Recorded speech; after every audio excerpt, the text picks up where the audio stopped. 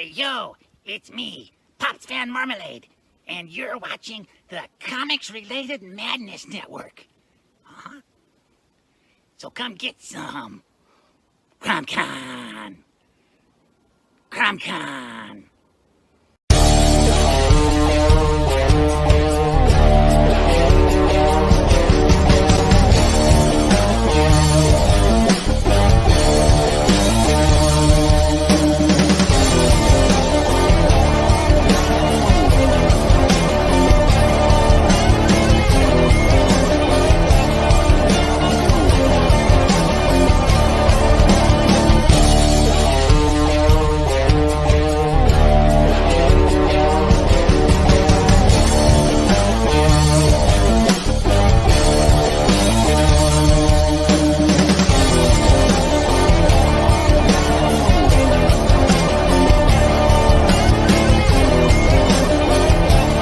Madness Entertainment Group presents the Madness Comic Network with original programming and additional comic-related content.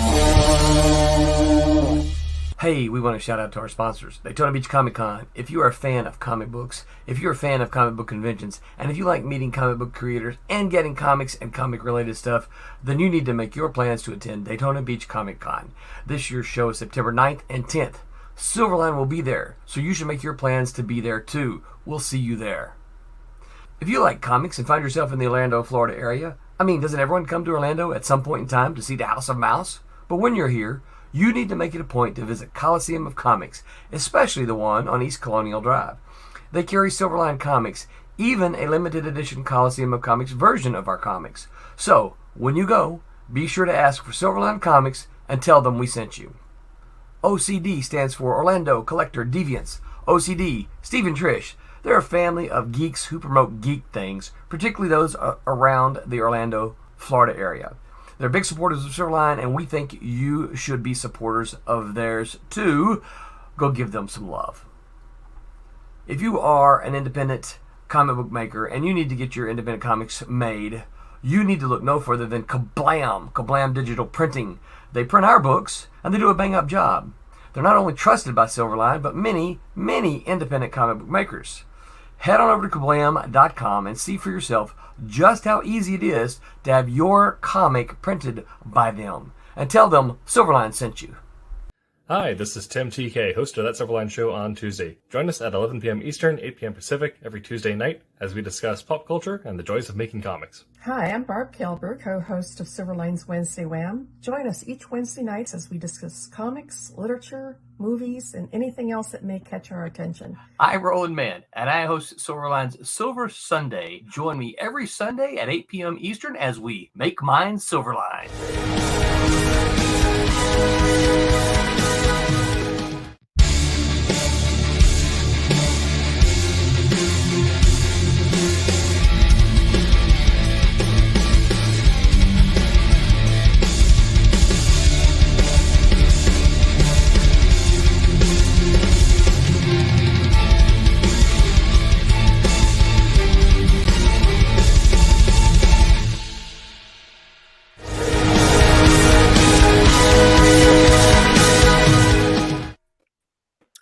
Well, hello and good evening. Welcome everybody back to Wednesday Night Wham. And how is everyone doing tonight? Doing just great. I'm inking away. Awesome. All right. Well, this is Barb. Let's do our introductions. We'll start with Barb. Barb is the wonderful creator of Divinity. If you have not picked up your copy of Divinity yet, go fetch. You can probably dig it up somewhere like Kablam or try and find it on the Kickstarters. IndiePlanet.com, yes. So yep. Divinity. You can go there, or the next Kickstarter for Silverline, which is coming an add-on. Yes. All right. Yes. So Barb, take it away. Tell us what you're up to and who you are. Well, I am a longtime comic book pro, over 30 years, and worked for everybody. Now I'm Silverline's CFO. If you don't know what that is, that's chief. I handle the money. And I'm Chief inking. Fun Officer. There you go. Yeah, Chief Fun Officer. I like that better. I'm the Chief Fun Officer, and inking and coloring several of their books as well. Excellent. Rob, why don't you take it away? I'm Rob Davis. I've been a professional comic book artist since the mid to late 80s. The most recent stuff for any publisher lately has been Silverline's Twilight Grim with R.A. Jones, which soon may be in a comic shop near you. Who knows? But anyway, you can also get it in the same places that you can get Barb's Divinity book. But I've worked on Star Trek Deep Space Nine for Malibu. Tom next to me here was my editor on that book when I first started on it. And I worked for Marvel, DC, and a number of other venues in the comics world. And if you guys haven't seen, we did a retrospective on Rob's work a couple weeks back, so you can go look that up on YouTube or elsewhere on Madness Network. So yeah, give that a look-see to see where Rob came from and what he's been up to. So, Tom. Right. Yes. Hello, everyone. Last but not least. My name is Tom Mason. I've known Barb Kullberg for a long time. I've known Rob Davis for an even longer time. I've worked in comics. I work in television. I work in children's books. It's either my 25th or my 26th Captain Awesome book just shipped from Simon & Schuster. I got the next manuscript is due at the publisher in another month or so. And, that's what I do. Wonderful. And you did Dinosaurs for Hire, is that correct? Yeah, I did Dinosaurs for Hire. I co-created the prototype for the Ultraverse. I co-founded Malibu Comics. So I've just, Yep. All right. And so Tom also happens to be or a resident scriptwriter, which is going to be very handy and later on this evening. And I am Martin Mertonen. I have done the coloring work on Wolf Hunter. We're currently working on issue number 2. And I've also done lettering for things like Samson the Nazarite, which was a fantastic book to work on. It is now a graphic novel that's available if you go look it up. And what else? Oh, I've done some children's books, computer books, other books. I've done it all from top to bottom. Books. Children's books? I did a book called Can I Have a Pet? About a kid who wants to have a pet, and he ends up going around. The answer ended up being yes, but he goes around the entire world to go find the perfect pet. So he says, Mommy, can I please? Mommy, can I please have a pet? And then he's like, I want a large dog. I want a hippopotamus. And he goes around the world and ends up finding out that all these animals are a little bit more difficult. Then I did 3 other children's books with a lady out of St. Thomas, Ontario. And they were fun books. And one with a lady out of Canada. And then I did like a How to Wash Your Hands for a hospital comic. That was fun. Ooh, that sounds like a riot. Who's the villain in that one? The bug stops here. So that was a lot of fun. Oh, the bug stops here. Oh, yeah. Man. So that was pretty good. So yeah. So that's what I've done. And done a few odds and ends here and there for various things. All right. Well, is there anything anyone wants to throw in before we dive into our wonderful topic this evening? I just wanted to say that Tom is a jack of all trades and a master of all. No, I'm a bum who can't hold a job. That's aren't we all? Yeah. So we have to hustle and move, hustle and flow. Is that how it goes? So yeah. All right. Well, we are talking about jive, is the old saying. Yeah, we're talking about scripts tonight, and we are talking about trying to write a script for something in real time. We're going to try and write something or create something here, and we'll try to walk through the process and try and put the nuts and bolts together to see what we can do. And what we are going to do is we are going to go back to a character that we created a couple of weeks back with audience participation. And we had some input from Barb and Rob and myself, and we came up with this wonderful character here, Catahoula. Yeah. And this Dog is man. this is who Dog he man, is. yeah. I came up with a sub moniker. I'm not sure if I like it or not. You guys tell me. Catahoula Fetch Boy. Oh, that sounds slightly. See, that's why I was a little concerned. But I have a Canadian context, so I don't have the U.S. context. Yeah, so it might I don't not be know so if... good here.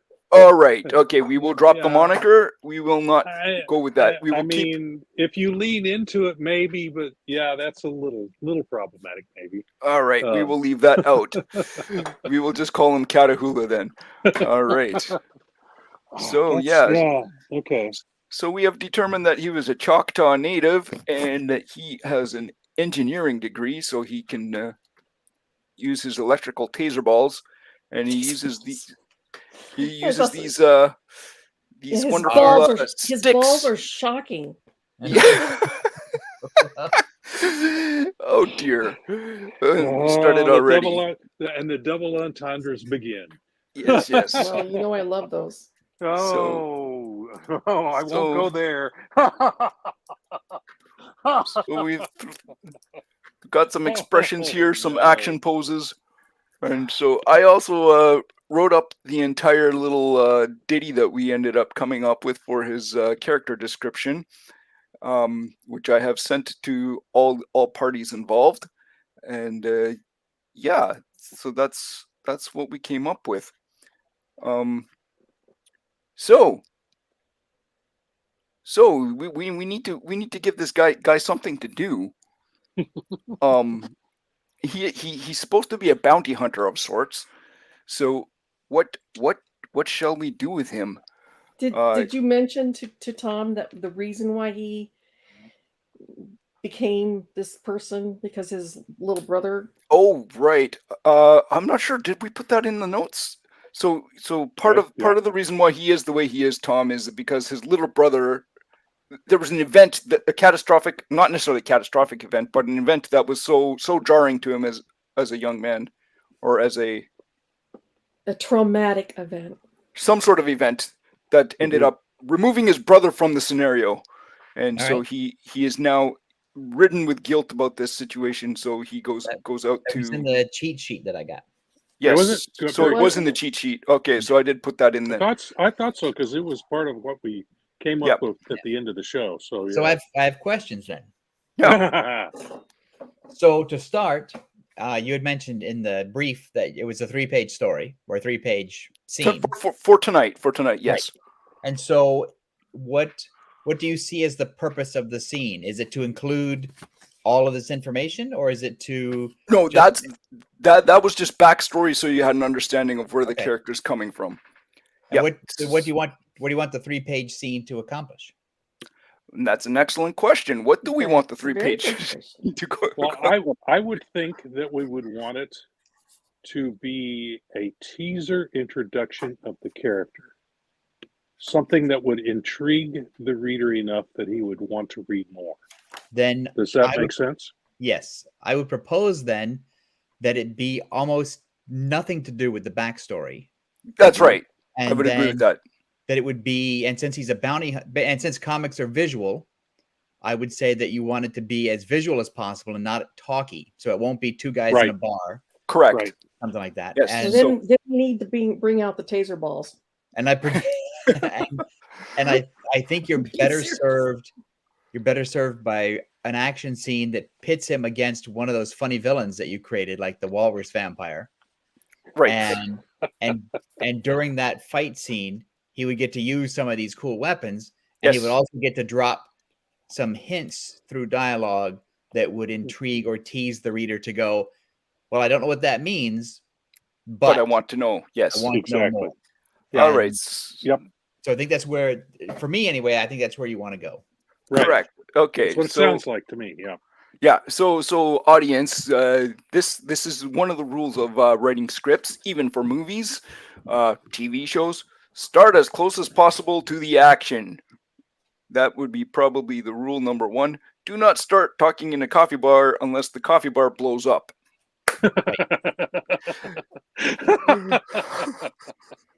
So that's good. I like that. So you want to I could rephrase that slightly to, and Tom, maybe you can correct me here. Start as close as possible to the drama.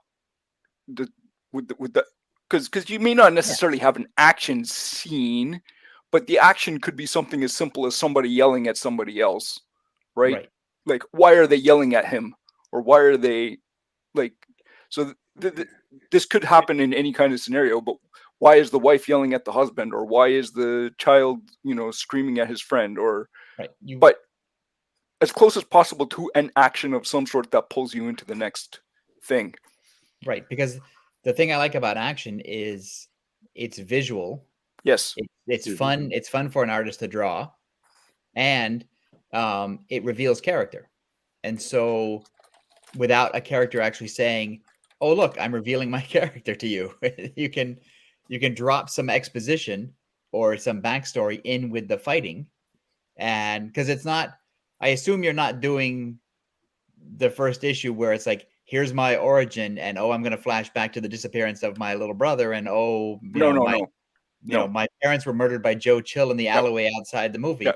And so no. It's more those kinds of things you want to reveal sort of in pieces as you peel back the onion over time. Correct. Yeah. So the backstory. So a lot of people get stuck in backstory when they're writing. I met several of these individuals who ended up writing their world, and they kept writing the world, but they never wrote the story. Right. Yes. So you're like, I don't care about the nuts and bolts on the spaceship. And then they come to a show and they spend an hour telling you about their whole backstory. But one of these days, I'm going to do this comic. And those are the least interesting stories to ever tell. Because if you look at show, even in TV, if you look at shows like NCIS or CSI or any of those, the backstory of the recurring characters rolls out a sentence at a time over a period of 5 or 6 or 7 years. Mm-hmm. They don't dump everything on you. They only reveal backstory when it's necessary for the current storyline to move forward. Right. Or to reveal something. And that's the key to backstory or in world building. Right. And so part of the reason why we do backstory or get the is so that you can understand how to embed the emotions and the attributes to the character that you want. Yes. So that you can get the emotional response out of the people that are reading it or seeing it. So it's more of an informing of who the character is rather than we need to tell all of this stuff about that character. Yes. The character responds because of that stuff. And I think it helps you when you're writing a scene to go back and say, okay, these are the backstory elements of my character. How would they inform his response to this action? Yep. And that's when you bring that stuff in. So it's more, backstory is more informative to the writer and the artist who has to portray the emotion than it is to have this sort of giant information dump about stuff. Right. All right. So he's the bounty hunter, so he's going to be chasing somebody down. I came up with 2 characters that are possibilities here, and let's find out who we want to go with. So the first character I came up with was the Walrus. His name is Wallace Russell, and he's the Walrus because he has giant fangs that make him look like a walrus, and he has great difficulty actually accosting his prey because his teeth keep getting in the way. Oh, I should also say the target audience for this book is my 7-year-old boys, so I kind of want to keep it in the family-friendly vein. So this is more silly than it's going to be serious. All right. I hope. And then the other character that we have on tap is called the Muscovy. The Muscovy duck is an interesting duck, and it has a pre-built mask into its face. And so the character, the Muscovy, has a skin disease that makes the mask around his face like the duck. He also has greaser hair because the duck has hair that kind of does this greaser look. He wears dapper suits and he steals cars. So, oh, and he can't talk. The Muscovy can't talk. He has a hiss because he lost his voice. So he whispers a lot, which is also a feature of the duck. I would go with the walrus. Walrus. Yeah, you Walrus need it more. is. You need more dialogue for this Yes. introductory Yes. thing. Yeah. Yeah. All right. So yeah, he sounds more apt for this And I would- particular story. I would propose that the walrus is, let's say, not a villain of the week like a bank robber would be, but the walrus would be a recurring villain who gets away. Correct. And so that would be, he'd be your Dr. Octopus, or he'd be your Yes. your Joker or whatever. And so Yes. Absolutely. all right. So he would be an ongoing recurring villain. Yes. All right. Okay.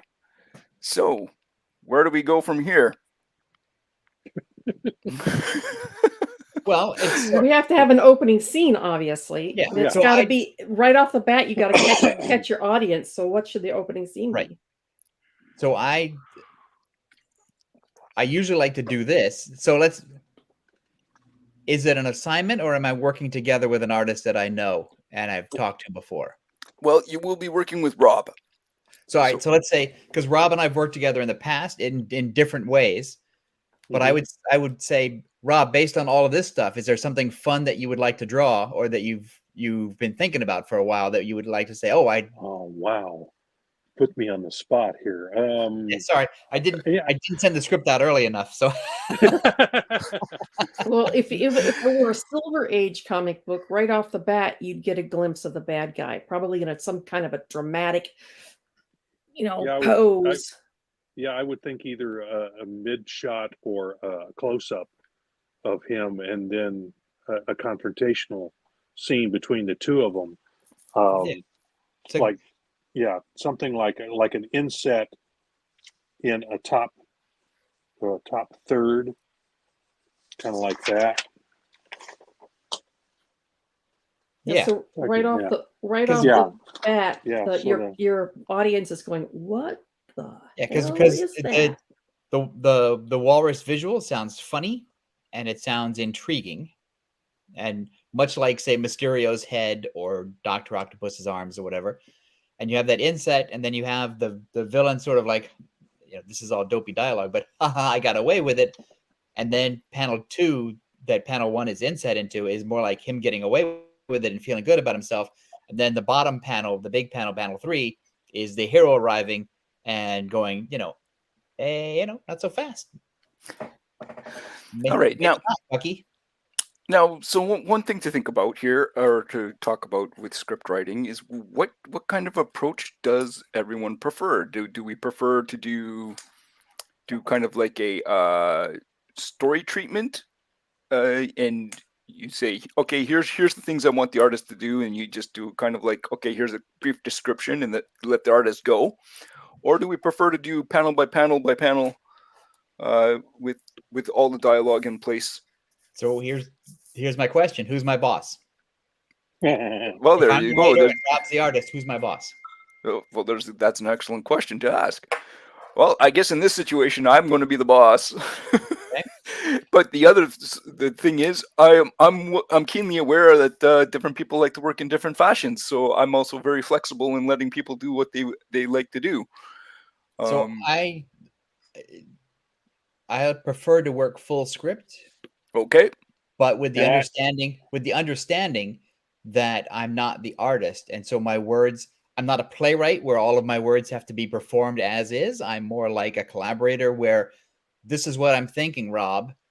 Read the script, figure out, where I've gone wrong visually, or what doesn't make sense, and then let's have a conversation about X, Y, and Z, and then figure it out, and then leave it to Rob. So if I've called for a close-up and Rob's looking at it and he thinks, no, this would be better this way, then Rob is the director of that. And so he would have the sway to fix my stuff and give it the artist's eye.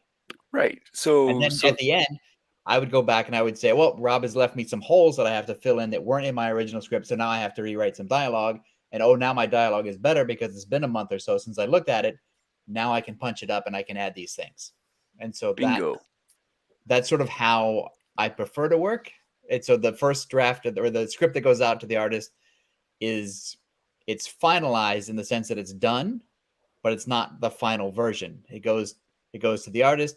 The artist does magic artist things with it, and then it comes back to me before the lettering goes in, and That's kind of an interesting Marvel style. right. So here's what I got. Yeah. You got the walrus in that inset panel saying I got away with it, and then you see him running, and you can do more depending on what kind of details you want in the background to show where he is. But then in this one here, he turns the corner into an alley, and here's Catahoula confronting him. And it's great. It's a great layout because the villain is basically all on the left until the camera reveals that the hero is on the right. Yep. So that works for me. All right. So commentary on the walrus, make him very big and bulky. Okay. Yep. Yeah. So think walrus. He's like a walrus. He's very much Jabba the so. Hutt. Yes. Yeah. Very much. Smaller version of Jabba the Hutt. Right. Yeah. Yes. Does he have a little more feet, or nimble. does he just sort of slug along? No, he does have feet. Yes. Okay. But he's a hefty fella. All right. Mm-hmm. There's a shoot. So like Sienkiewicz's Kingpin, or I forget. There's a great Luke Cage Hero for Hire villain, a big broad woman. I forget her name.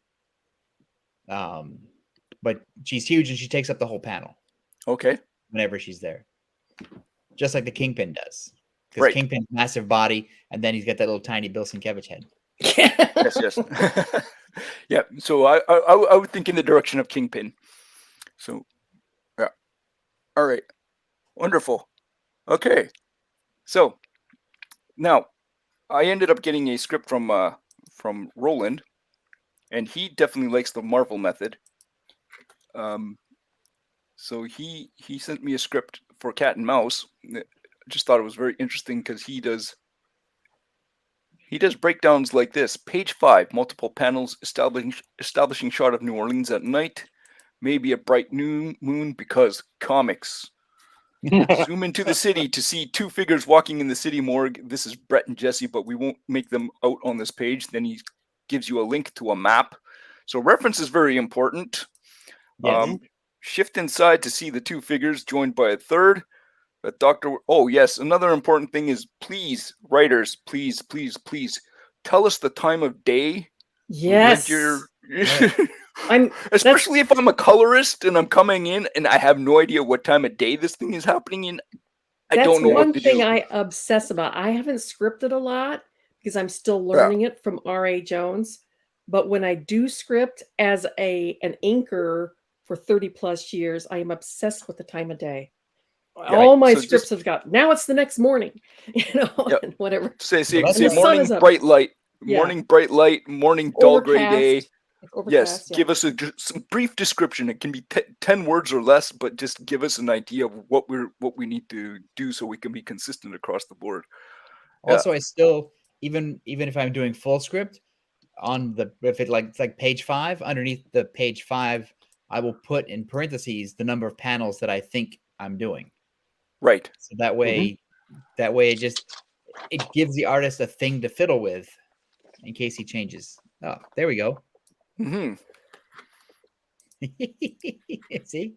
Yeah, there we go. You just want to pull those tusks out and start beating him like a drum. All right. So make him more walrus and make his hands no fingers. No, just more like a flipper. Okay. Yep. Okay. We're going all out. He slaps. We're going. Give him a thumb though. Give him a thumb and flippers. Oh yeah, he's got to have something to grab. Yes. Grab whatever he's stealing with. Yeah. Right. Yeah, and I'm going to leave him kind of like that because we aren't working on costumes tonight. We're just working on layouts. So that's his build, and that's a thing. If I do little layouts like this, and I do them, that's like 1 inch by 2 inches. Right. Then I just do more or less. It's a little more than a stick figure, but I don't worry too much about costumes except kind of indicate who's who, Right. And then if I need to get a little more detailed, I'll go off in the margin there and draw, which is why I went on the back to do a more a bigger picture of the guy, so you have a better idea what his physique is. So, all right. All right. page So one. so page 1. So what are we doing for page 2? So we had Catahoula is approaching him to stop him on the Right. on the second panel. So Yes. if it's a three page script, are we going to give him a splash page, or are we going to try? Well, we kind of did that with the Oh, we did. bottom Okay. 2/3 of the page. Okay. For that first Oh, one, the where bottom. they- Okay, bottom 2/3 Yeah. is the splash. Okay. Yeah. All right. Like that. Awesome. So All then right. I would.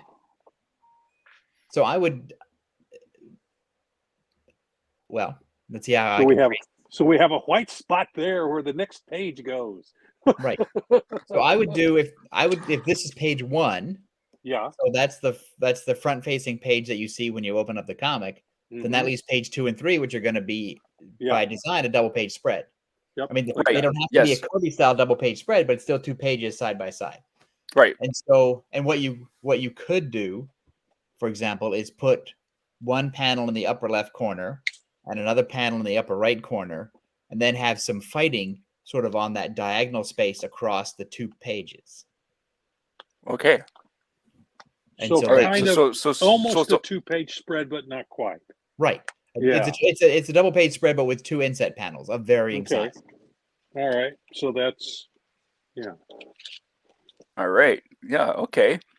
And are we going to do that kind of a scenario where you kind of see like Frank Miller might do, where he has Elektra like jumping and you see her in the different poses as You she could do jumps that. through. So we would have like three or four different fight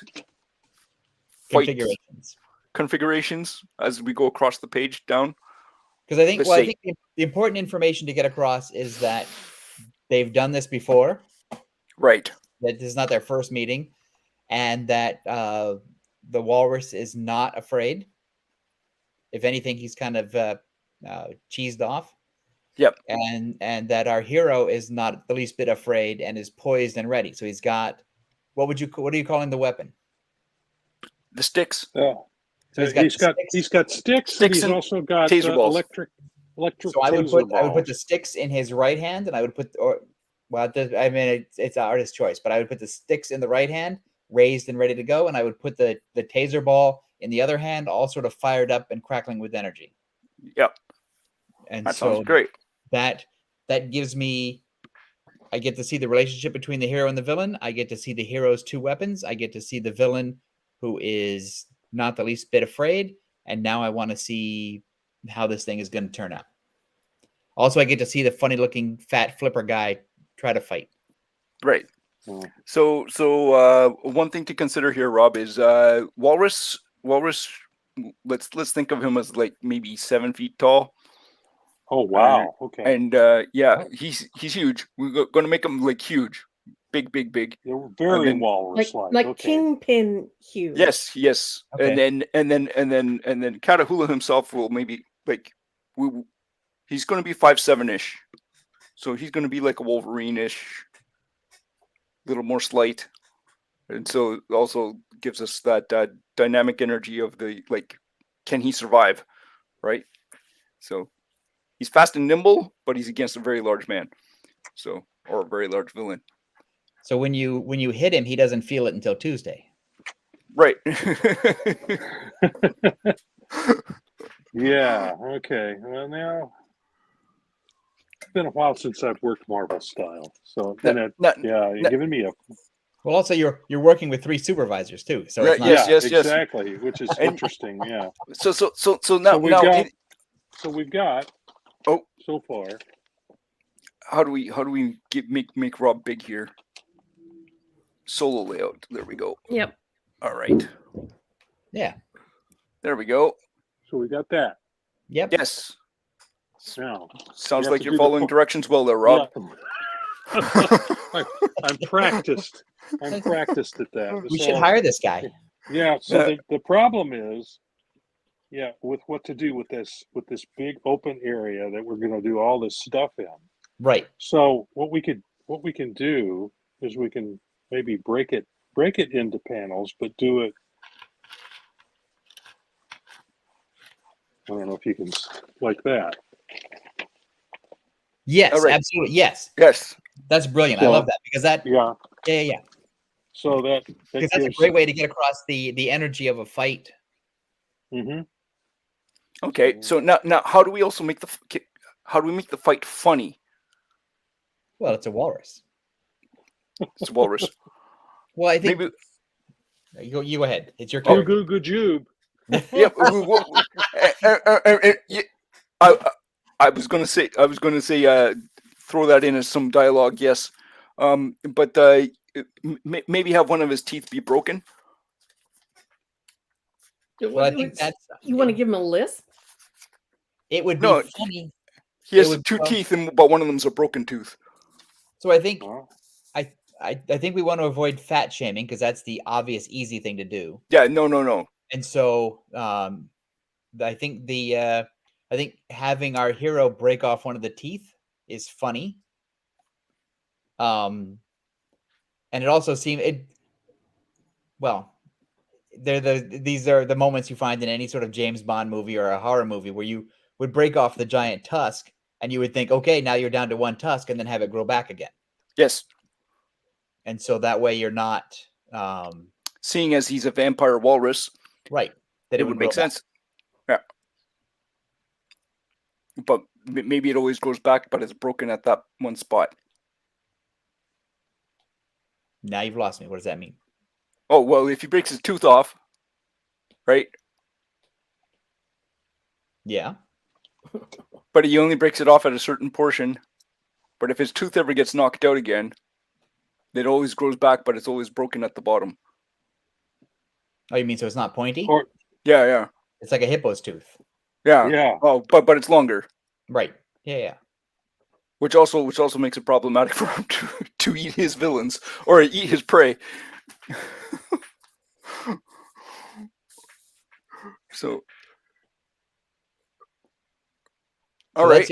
That's the other thing too, is in the dialogue, we would have to make it clear that he's a vampire walrus. So he's not just an overly large Jabba the Hutty sort of Yes, bad yes. walrus. He's also a vampire. Yes, you, yes, You got a lot of information to get in very few panels. yes. So now, the other thing to think about then is, which many people sometimes go overboard on, is dialogue. Some people end up writing bucket loads of dialogue, and that takes up a lot of space. So how do you tackle the dialogue in writing your scripts? Well, you want to keep it. Well, the dialogue is the kind of thing where you just constantly keep editing it down, and to make it as brief and while still being informative and interesting. And so that's first. I think you have to decide how the walrus talks, and then you have to decide how the hero is going to talk in response to that. Because Right.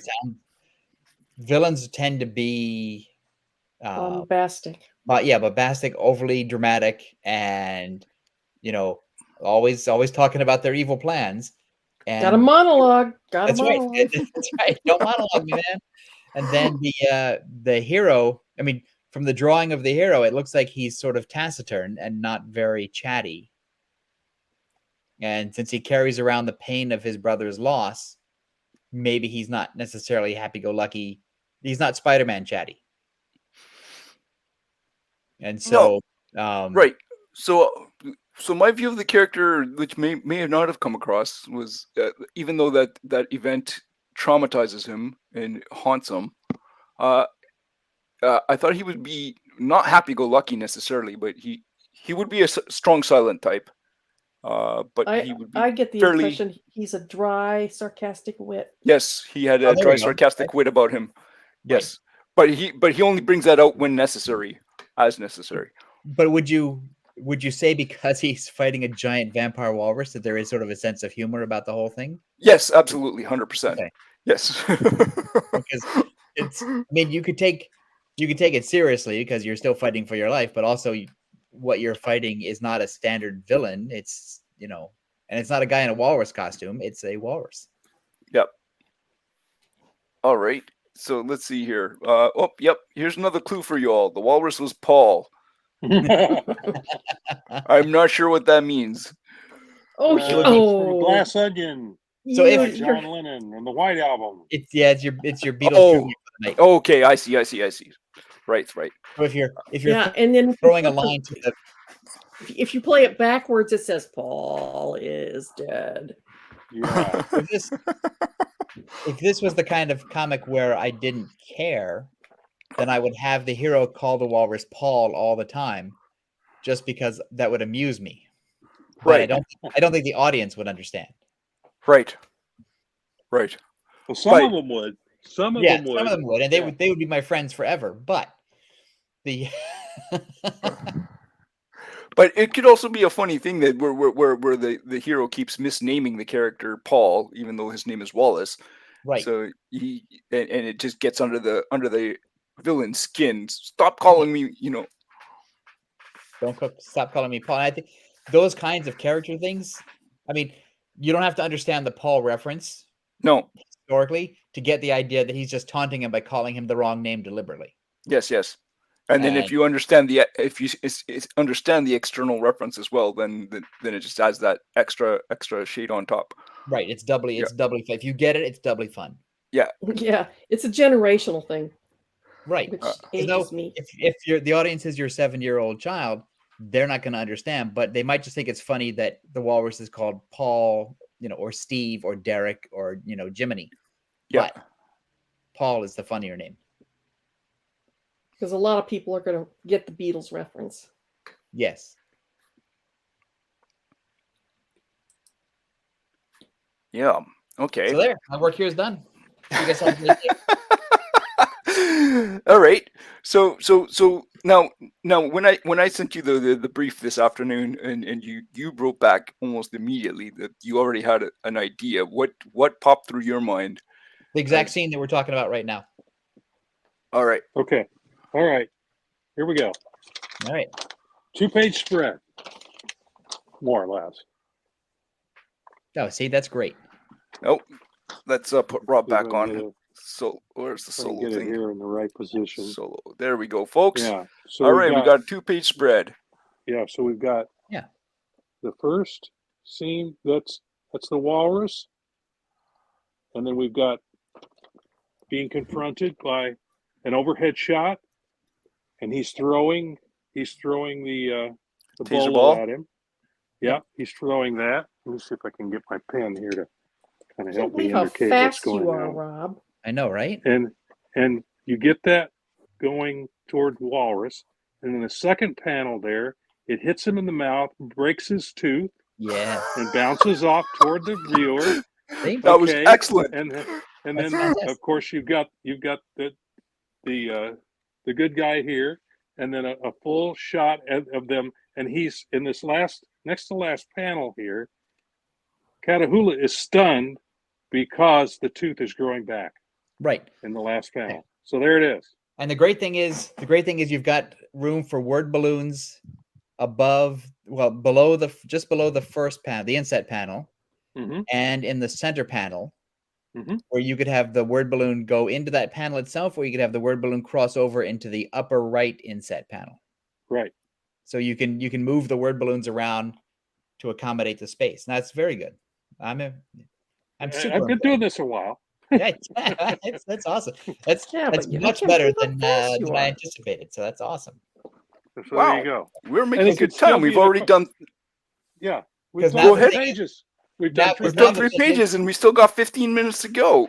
What are we now going the to do thing is, now? I'm excited to go in and try to dialogue that. And Okay. so, Oh my gosh. Okay. I mean, I don't know the characters yet, so my dialogue would be stupid. But there's enough there to sort of play around with to help set the next scene.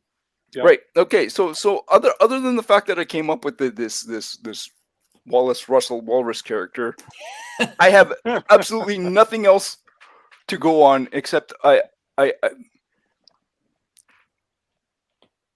Yes. You can put a ball back on the screen again. You don't need to focus on me oh anymore. oh yeah. Sorry. Hang on.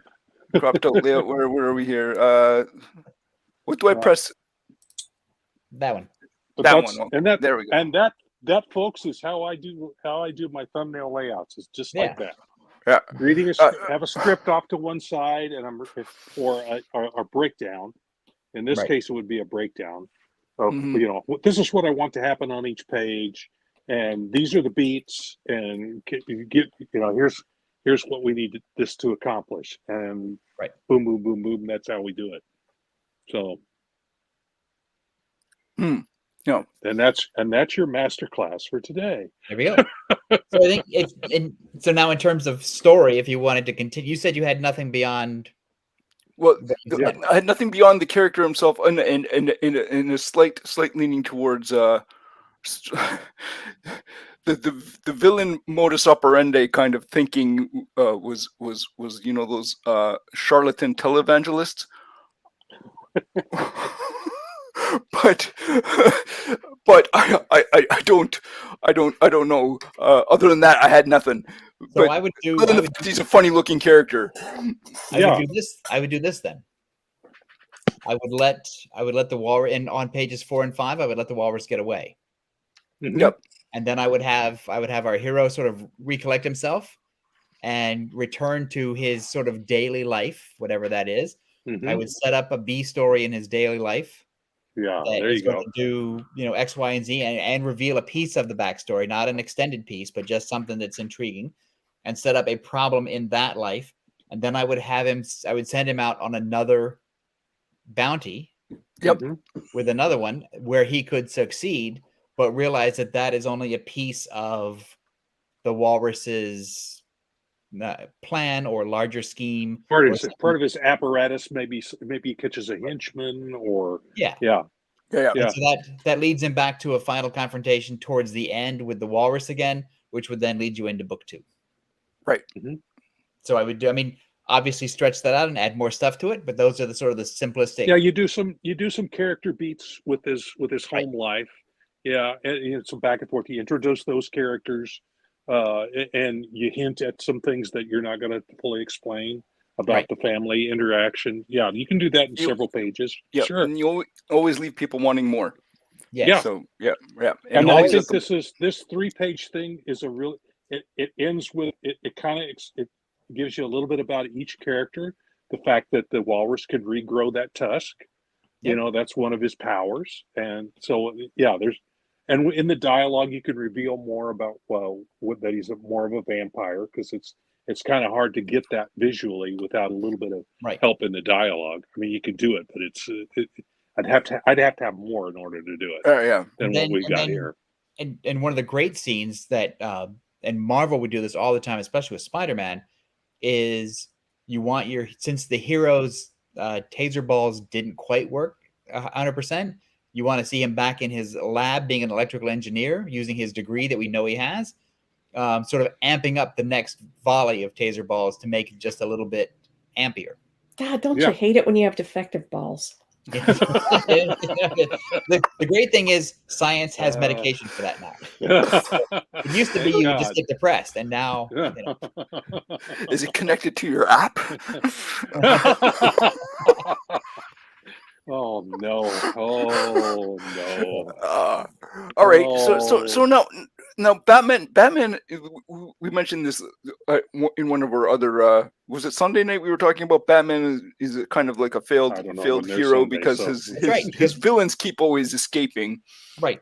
Now, what happens he's never cleaned up Gotham City, not once. Right. And what happens in Spider-Man? Like, what happens to how does his stories resolve? Because Green Goblin always comes back, right? Right. Well, because Green Goblin generally gets away. It's not okay. It's not where Spider-Man arrests them or leaves. He would leave the standard criminals for the police. He'd wrap them all up in netting and sort of leave a note from your friendly neighborhood Spider-Man or whatever, and that's fine. The bigger villains he would defeat, and they would go away basically and lick their wounds. Right. Whereas Batman would take them to Arkham Asylum, and then after some time, they'd sit in Arkham Asylum going, I can get out. I can just bust out of this thing, and then they would bust out. Yeah, which happens with some Spider-Man villains as well. Same kind of thing. But and sometimes they don't actually. They may defeat the plans of the bad guy, but the bad guy gets away, doesn't get captured. Yes, And I they think defeat his plans. I think that may be a key difference. Is Batman is all about defeating the villain, and stuff like Spider-Man in the Marvel books, it's more like I take my win by stopping the plan. I've defused the bomb. I've saved the bridge. I've saved the school children or whatever, and that's so Spider-Man would take his win, even if Electro got away, or the Shocker got away, or the Molten Man got away, or whatever. Yeah. And how do we go about it in the Silverline universe? How does Cat and Mouse? Well, we'd need Roland here for that. Hey, I to be honest, I need to sit down and read through my Cat and Mouse books. I have not read them. I have to admit. I think they get away because they're gray characters. Yes. So they're not the heroes necessarily, but they're not the villains. But it's the villains that they fight with. So there's issue 4 coming out, or did it come out already?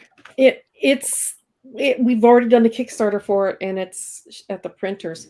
But are you still able to get in on that, or no?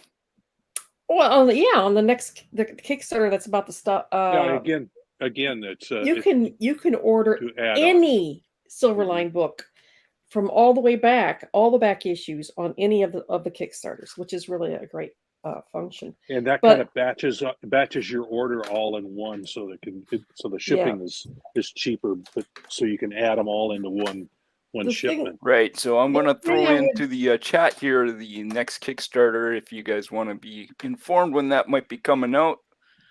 Cray and Switchblade, Cray issue 2 and Switchblade Remix. I believe that's Remix. The thing about throwing the Walrus into Cat and Mouse is right now Cat and Mouse is dealing with more mature subjects like human trafficking. It would be in the same universe, perhaps. Yeah, it would be in the same universe, but we're talking about I would probably use my more cartoony style if I were drawing absolutely, it. And do it a little larger and bigger and more bombastic. But and just a more kid-friendly style, maybe. Yep. But, that's so not to change the subject, but you'll also have to come up with a nickname for your main character, because you're not going to be able to fit his name fully in the word balloon at every chance. Yeah. So he's going to need. Maybe Hoolie. Hoolie is good. Hoolie. Yeah. You can't use Cat because we've already got Cat. Hula. Mm-hmm. Yeah. Hula or Hoolie. Hoolie kind of works. Yeah. Mm-hmm. You're such a hooligan, Hoolie. Goo goo gahoolie. Goo goo gajoob, yeah. And then he would need some sort of human interaction. So he's got a wife. Yep. It's a cliche, but the friend on the force, or the whomever. Yep. You want to expand his world in other directions so that he feels more rounded, but also those are opportunities to reveal his character and his backstory. The bail bondsman that he works with, right? That he does. Yeah, that's a character you can throw in there. That could be a really interesting, fun character to do. Or the tech guy in the chair, or there's a lot of. Some of these are tropes and cliches, but you have to, if you're going to use them, you got to figure out a way to make them better or different. The bail bondsman is funny. And because 7-year-olds love the bail bondsman, and so you can that's right. But you could. It's a way to do an interesting character that a 7-year-old could understand. Yep. And so, so any of those things, some kind of weird shop owner, some kind of like the junkyard guy where he gets his extra parts to make his equipment. There's, you could bring in any number of characters to sort of flesh out his world, and you have to sort of pick and choose, because you want a more diverse cast. So some of them would have to be female, some of them would have to be because you think you stereotypically, if you say junkyard person, your mind goes to heavy set, cigar smoking guy, or bondsman. But you could also flip that and say, give me give me a black woman or a sassy female ex-con or something. Give me. Hey, Tommy did his flyby. Oh, there you go. Lauren Hey, Monty good Flyby. evening, everyone. Good to see you all. Hey, Thomas. Hi, Thomas. I don't have my glasses We on. can't have two Thomases on at the same time, though. It's matter and antimatter. You'll annihilate each other. That's like right. it. The world Yeah. would implode. So the intriguing thing here with this character is he almost writes himself. I think there's enough about the character that you can. He has intriguing tools. He has an intriguing look. He has an intriguing job, and he just kind of writes himself. And if you stick into the animal world, which is kind of what we're doing, we got walruses, we got ducks, we got dogs, and we're basing it off of cat and mouse as our launch point. He's based out of Louisiana. You just go and explore the world of more animals, and you can throw in a whole bunch of other characters that are going to all kind of just build on each other. Yeah. All right. Excellent. So now what are you going to do with it? Well, now what I'm going to do with it is I'm going to ask Rob to send me his thumbnails, so I'm going to try and pencil those up. Okay, go for it. Does that sound like a plan? Yeah, and then, we can do and that. then we'll maybe show them off in a week or two, and see what people think. Okay. And, Yeah. Yeah. Yeah. Next time you host, we'll do this again. Yeah. And then we'll see if we can keep moving this forward, and maybe we can sucker Roland into creating a kids line. Well, or we could do a backup. Yeah. Something. So yeah. So now, six now or here's the 8 interesting page thing that I backup. want to do with this. This is an interesting thing I want to do with this because Roland has mentioned it. He loves black and white, so I want to keep this in the black and white space. And the character is pretty much black and white. So if we go back, Here's the thing, though: do kids of that age, if 7-year-olds, do they really enjoy reading black and white comics? Because I hear the opposite of that. I don't necessarily believe it, but do your boys mind reading black and white comics? well, my boys absolutely love Zorro by Alex Toth. So Alex Toth Zorro. Wow! My boys love it. They think it's the greatest. Which is great. I'm actually illustrating Zorro prose story sometime later this year. So. Oh wow! Excellent. Yeah. How'd you get the rights? I've got the layouts for it. Right there. Oh, look at that. Oh, whoa! Keep that there. Hang on. Let's put you on solo. Yeah. There you go. We got the layouts for the illustrations right there. Yeah. Look at that. So, So nice. So I have a question then. Is Zorro public domain? No. He's as far as I know, it's Bold Venture Press has the rights. And I believe it the Macaulay Terrence Macaulay, is that right? I know another Macaulay, so I was going to say Carson McCullers and get it completely wrong, but I know that's I don't know for sure. I would have to have my reference in front of me, but the guy that actually wrote the original stories, I think his family still holds the rights to that, and they've given them to Bold Venture Press. Yeah, Peter David wrote a novel of it. Wow, for them. So because given the time it was created, Zorro is coming up to that same Sherlock Holmes space. Yeah, exactly. He's going to become public domain before too long. But So yep. So that anybody can do stories about him. So heck yes. Fun. Okie doke. I think that looks great, Rob.